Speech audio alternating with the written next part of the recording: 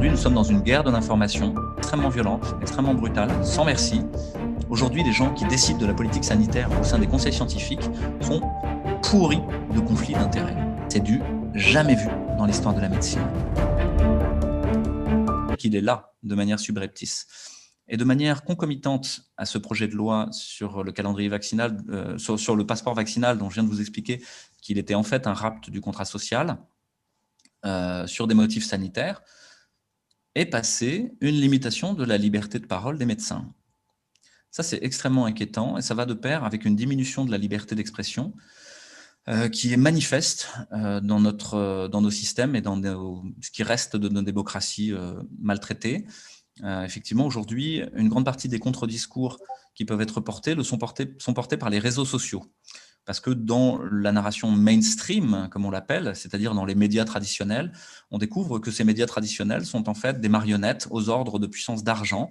Et chaque année, le monde diplomatique publie à qui appartiennent les grands médias en France. Ils appartiennent à quelques familles, une dizaine de familles, une quinzaine de familles à tout casser, et qu'en fait, le discours est toujours le même. Mais parfois, dans certains médias, les dépêches de l'agence France-Presse, qui elle-même n'est pas un organe indépendant, et elle-même possédée, en fait, ces dépêches sont reproduites telles quelles, avec les mêmes fautes d'orthographe, et vous avez exactement le même discours, quoi qu'il arrive. L'autre chose, c'est qu'au sein même de ces médias, il a été créé des formations soi-disant scientifiques et critiques, menées par ce qu'on appelle les zététiciens, qui sont en fait en charge de faire du fact-checking.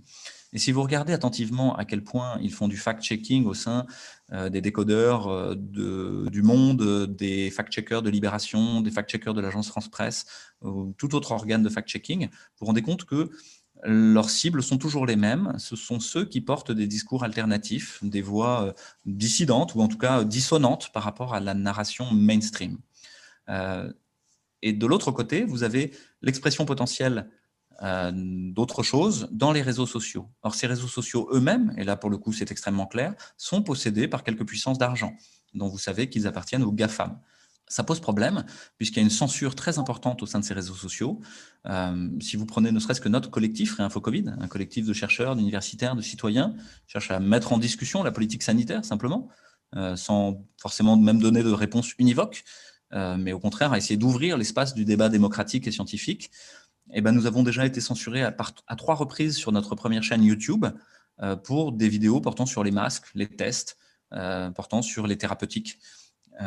Censures qui ont donné lieu à des interdictions de publication pendant 15 jours la première fois, puis 3 semaines la deuxième fois, et une menace de suppression de la chaîne, 60 000 abonnés ou non, la prochaine fois. Ce qui nous a poussé à créer une chaîne alternative, pour le moment est indemne de censure, on touche du bois, et il en est de même sur les autres plateformes, qu'elles soient Facebook, Twitter, Instagram ou toutes les autres. Et donc, on a un très grand espoir dans la création de plateformes alternatives qui soient possédées par d'autres gens ou qui soient en open source ou qui soient en crowdfunding. Et on a la chance en France d'avoir une plateforme qui s'appelle Odyssey, d'avoir d'autres plateformes encore comme Rumble ou des choses comme ça, mais qui n'ont pas la visibilité de plateformes comme YouTube, ne jouissent pas de cette place monopolistique aujourd'hui dans le paysage de l'information et des médias, puisque en fait, aujourd'hui, une grande partie des gens, finalement, s'informent directement sur YouTube.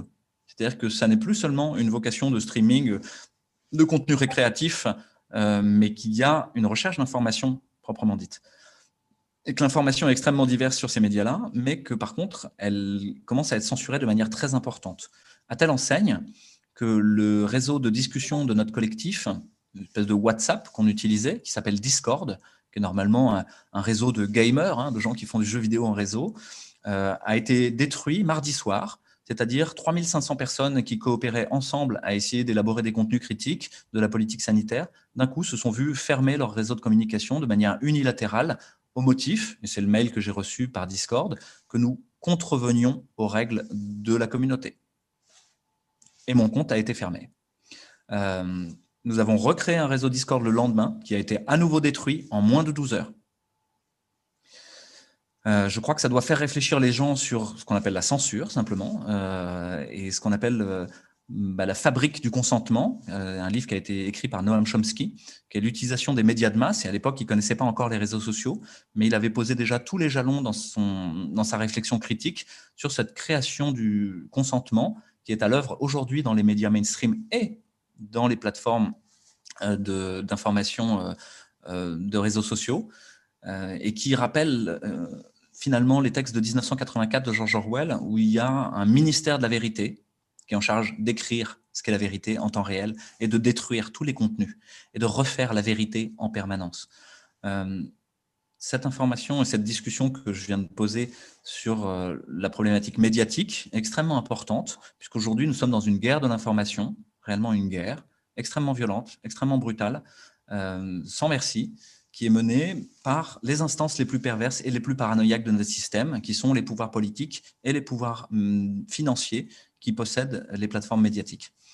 Je crois que ça doit donner lieu à une vraie réflexion citoyenne et à une action citoyenne extrêmement efficace de création de plateformes alternatives. Aujourd'hui, vous avez en cours en France l'idée de créer des agences France-Presse alternatives, beaucoup plus ouvertes sur des contenus qui soient utiles, avec des chartes éthiques qui respectent la charte de Munich des journalistes, cette charte de Munich qui précise qu'il faut bien distinguer le métier de propagandiste et le métier de journaliste.